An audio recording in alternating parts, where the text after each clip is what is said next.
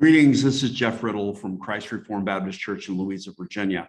In this episode of Word Magazine, I want to offer a review of a short clip that someone sent me. The clip is of a lecture that was given by Robert Gonzales. Dr. Gonzalez is, I think, the president of the Reformed Baptist Theological Seminary, which is an online school, primarily online school that's based in California. The clip was apparently posted to YouTube on August the 24th of 2021. And it's a lecture in which Dr. Gonzalez is addressing, it sounds like bibliology or maybe hermeneutics. And in the clip, he's talking about, in particular, chapter 1 and paragraph 8 of the Second London Baptist Confession of Faith. And he's talking about the Autographa and the Apographa. The Autographa meaning the original handwritten manuscript of Paul or Matthew or one of the gospel writers. And then by Apographa, the copies, the faithful copies made from those originals. And the title of the clip, as posted to YouTube, is the Autographa and the Apographa, a distinction, but not a dichotomy. And I was especially interested in this clip, and I'm sure my friend who sent it to me figured that I would be, in part because a couple of years ago, 2019, they had posted at the Reformed Baptist Theological Seminary site a lecture that had been made by Mark Ward, offering an evaluation or an assessment of confessional bibliology. And that was right about the time in 2019 when our movement was picking up some steam. We were about to have the Text and Canon Conference in Atlanta.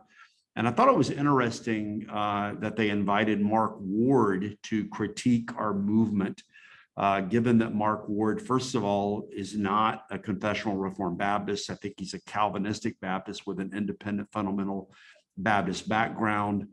And then secondly, that Mark Ward's specialty has really been critiquing the King James Version and not really critiquing the confessional bibliology position, which is not arguing about the King James Version as a translation, but it's talking about the original Hebrew, the Masoretic text of the Hebrew Old Testament, and the received text of the Greek New Testament being the preferred original language text for the Bible.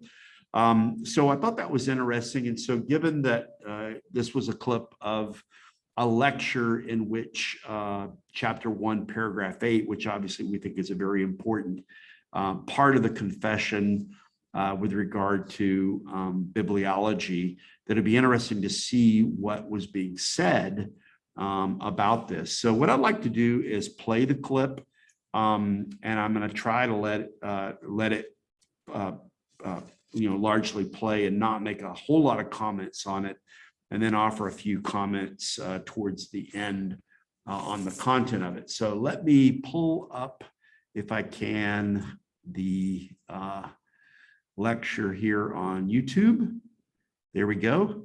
And you can see it was posted August 24th, 2021. The Autographa and Apographa of Scripture, a distinction, but not a dichotomy. And so let's see if we can listen now to the lecture.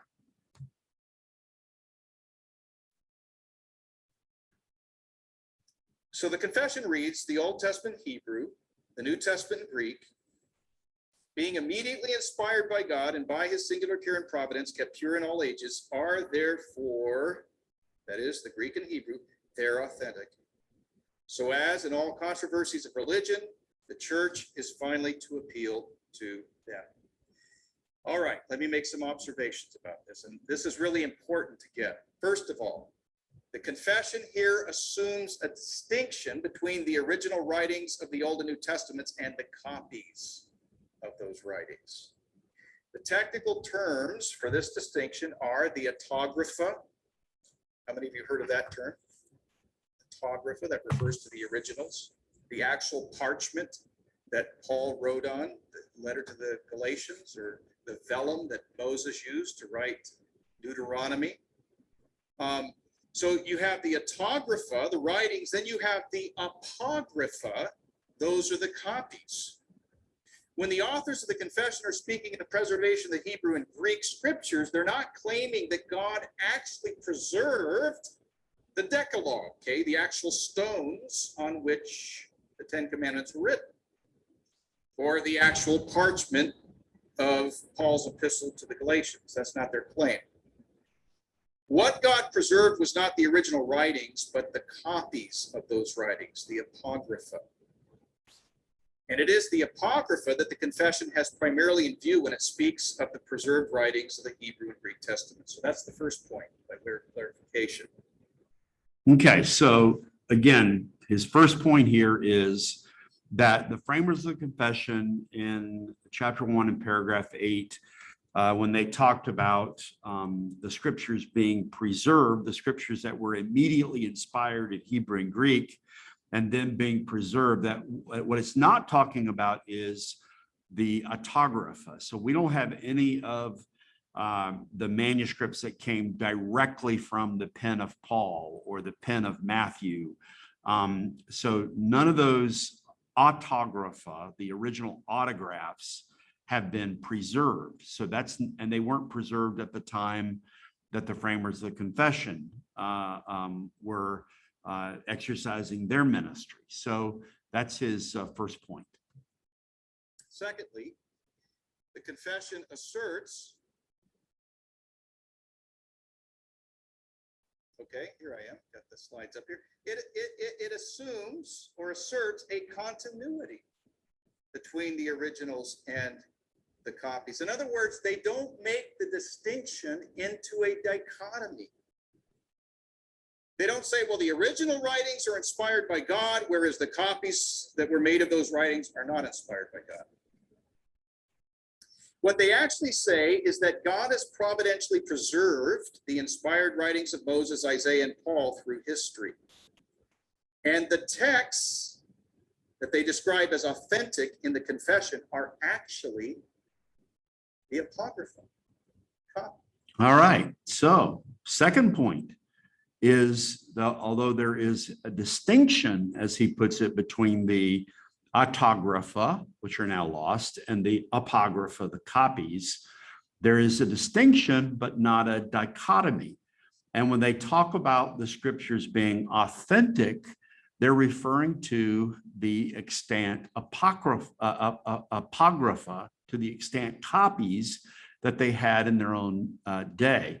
One interesting thing, by the way, that I recently came across is in most of the modern printings of the Second London Baptist Confession of Faith, it uses the word authentic there, but in the Westminster Confession of Faith, it's the word authentical. And I look back in one of the earlier, at least in earlier 20th century printings of the Second London Baptist Confession of Faith, the one done by the historian Lumpkin in his collection of Baptist confessions. And he has the word authentical there, same as in the Westminster Confession of Faith in chapter 1, paragraph 8. And I don't know why, for some reason, in most of the modern printings, have gone to the more modern word authentic. So in chapter 1, paragraph 8, it begins the Old Testament in Hebrew, which was the native language of the people of God of old, and the New Testament in Greek, which at the time of the writing of it was most generally known to the nations, being immediately inspired by God and by his singular care and providence kept pure in all ages, are therefore authentic or authentical. So, as in all controversies of religion, the church is finally to appeal to them. So Dr. Gonzalez is making the point that when it talks about the scriptures being authentical, that it's making reference to the Apographa and not merely to the original Autographa, which had not been preserved. And that's a very important point to make. So those are his first 2 points, and let's listen to the third. Okay, so when they say the authentic text, they're not just talking about the actual parchment that Paul wrote on, they're talking about the copies. of Paul's writings. Now, this raises a question. Is the confession teaching that the Apographa, the copies, are just as inspired as the Autographa, the originals? And actually, I don't think we can give a simple yes or no answer to that question, okay? In a sense, the answer depends on whether our focus is on the process by which God brings writings into existence, or whether our focus is on the product or quality of the writings themselves. It's an interesting question he raises here. When we talk about the word being preserved and we talk about the autograph being immediately inspired, are we talking about the Apographa being inspired? And again, he's going to say, well, it depends on whether or not we're talking about the final product, or are we talking about the process? Actually, it begins with, are we talking about the process, or are we talking about the final product? So let's listen as he explains this distinction between these two things. Explain. First of all, God only inspired the original writings. Okay, and now I'm focusing on the process. I'm focusing on what God did for the prophets and apostles, as opposed to what God did for the scribes who copied the writings of the prophets and the apostles. So the prophets and the apostles wrote that which was immediately inspired, but the scribes are not the same as the apostles and prophets. And so they are not writing something that is inspired, he's saying. And I think that's the distinction that the Puritans would have made. They would have described God's superintendence of Moses, Isaiah, and Paul as divine inspiration. But God's superintendence of the scribes who copied the scripture writers, that's divine preservation. And yet, and see, here's the important point to get. The copies possess the quality of inspiration. Yes, if only the Autographa were immediately inspired and they're now lost, then that would mean we would have no inspired scriptures.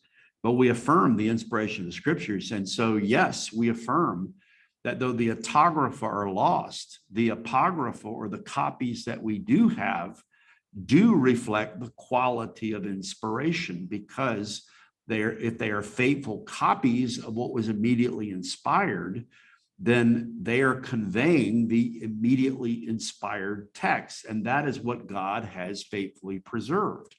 So I'm in general agreement with what he's saying here. And here we're focusing upon the writings themselves, the product, so to speak. And here the Puritans are stressing continuity.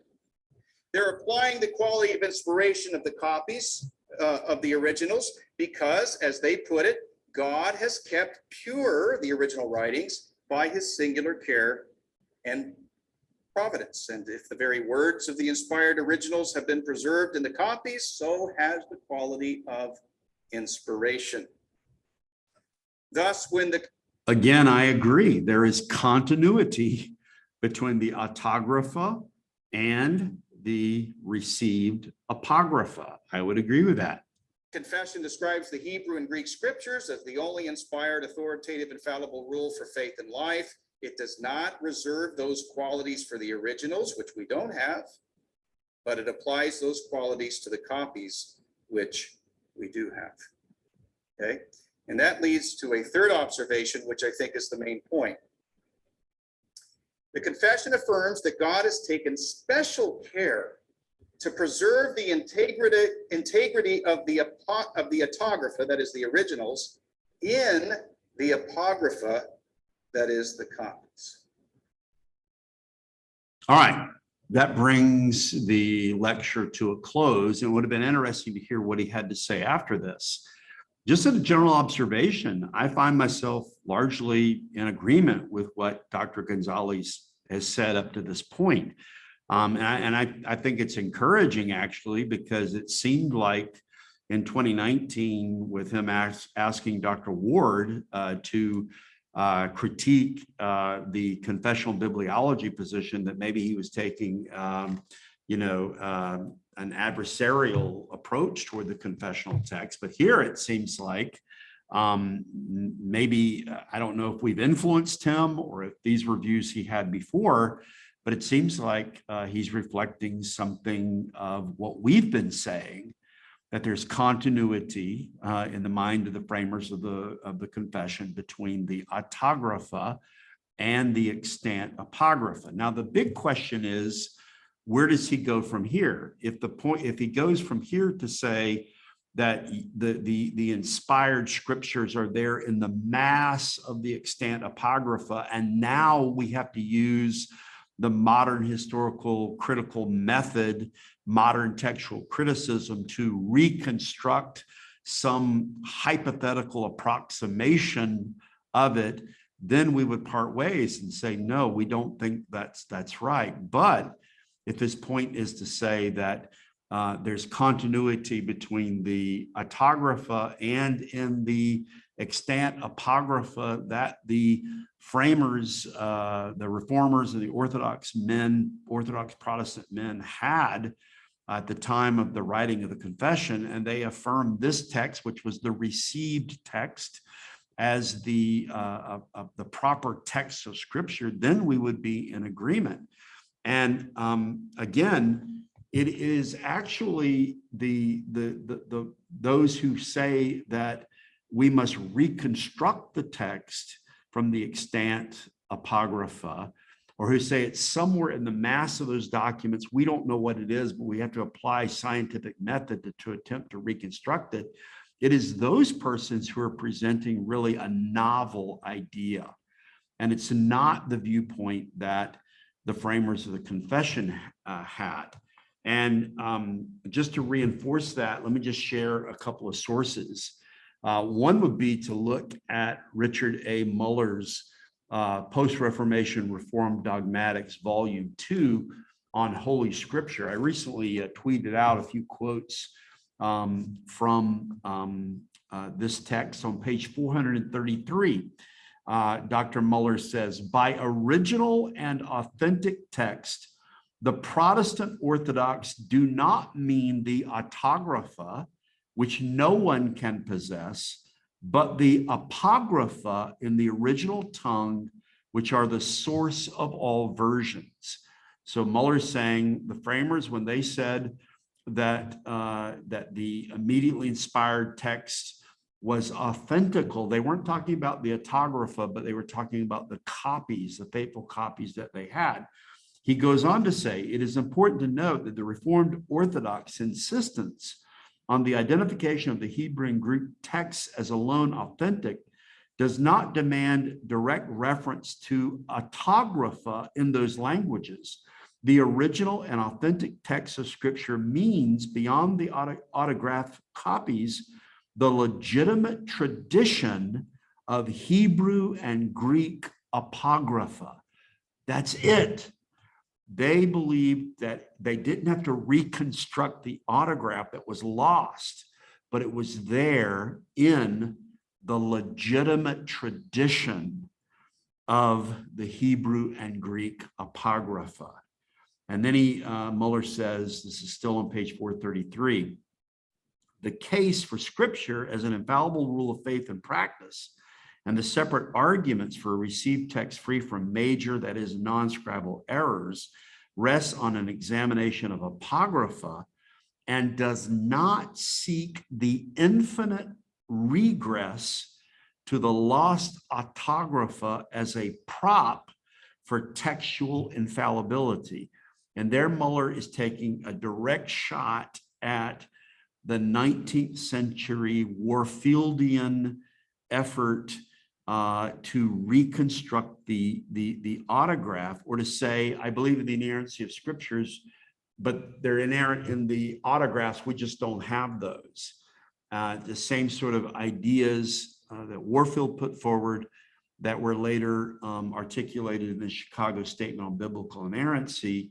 This is a modern evangelical innovation, not the view of the Westminster Divines or the framers of the Second London Baptist Confession of Faith. They were not seeking through some scientific method what Muller calls an infinite regress to the lost Autographa.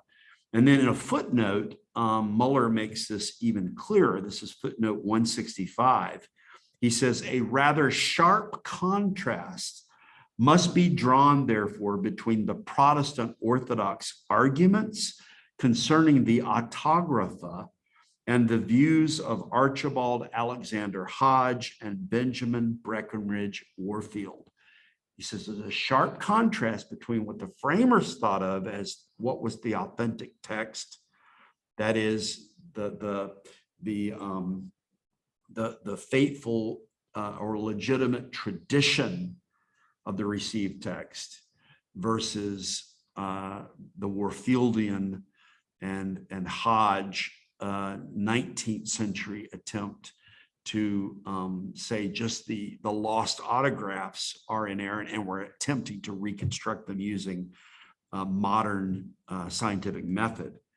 In that same footnote, Muller adds, the point made by Hodge and Warfield is a logical trap, a rhetorical flourish, a conundrum designed to confound the critics. See, there were people who were criticizing evangelicals and conservative Reformed Christians, saying, we see scribal errors in the text, and they thought that the great defense was to say, well, we don't think that the copies are without error. We think the original autograph is. No, we don't have them. We can't show them to you.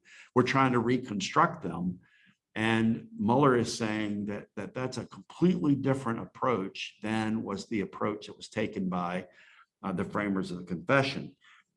He says Hodge and Warfield were giving a logical trap, a rhetorical flourish, a conundrum designed to confound the critics, who can only prove their case for genuine errancy by recourse to a text they do not and surely cannot have. So Muller makes a great point there.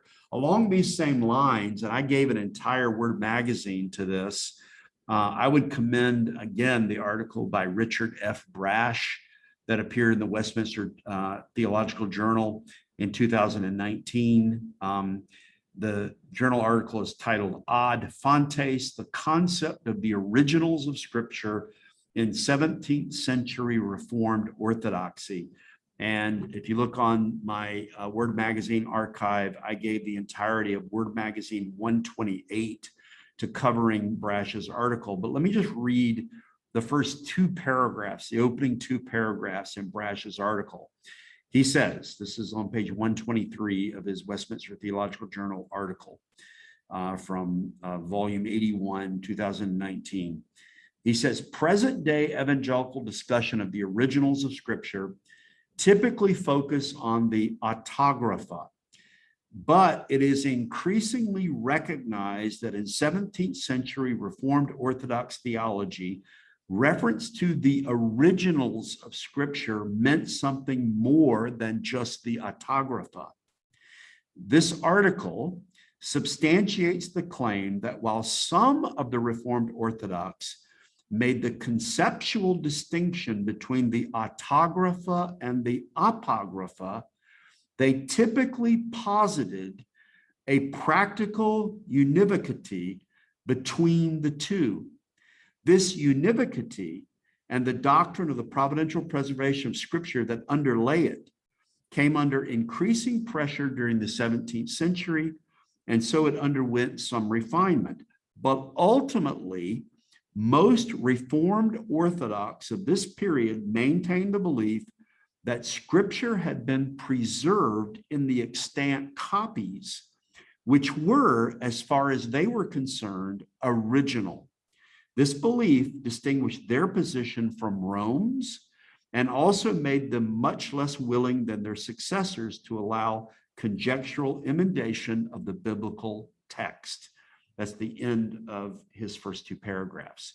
So again, really important point being made here for understanding the confession and understanding its bibliology versus the modern bibliology that's being promoted in the academy and even being embraced by some evangelicals today. And I think, as Dr. Gonzalez says, yes, there's a distinction between the autograph and the apographs, but that distinction is not a dichotomy, and there is continuity. Richard Brash goes so far as to say that when the reformers and the framers of the Reformed Protestant confessions talked about the Autographa and the faithful Apographa, that they saw a practical univocity between them, that they're the same thing. If you were to ask them, show me the autograph, they would say, well, those have been lost, but they're right here in the faithful copies, the legitimate tradition of the received text. Now, again, I'm not sure what Robert Gonzalez's view is on that. Unfortunately, the clip stopped. But as far as what he teaches here, I think he's on the right track and he's on target. It's just a matter of what you do with it from this point. Do you say, okay, we're gonna accept the received text, same as the Protestant Orthodox, or are you going to go into novelty and accept the Hodge-Warfieldian 19th century appeal to reconstructing lost Autographa? Obviously, I think the old way would be better if we would just take the view of the framers of the confession, whether the Westminster Confession of Faith or the Second London Baptist Confession of Faith, and affirm the text that is in the legitimate tradition of the received text. And we can say, when we have those faithful copies that came into printed form, that we have the autograph. We don't have to reconstruct the autograph. We have the autograph as it has been providentially preserved, kept pure in all ages by the Lord. Well, I hope that this episode of Word Magazine has been helpful to those who are listening, and I'll look forward to speaking to you in the next Word Magazine. Till then, take care and God bless.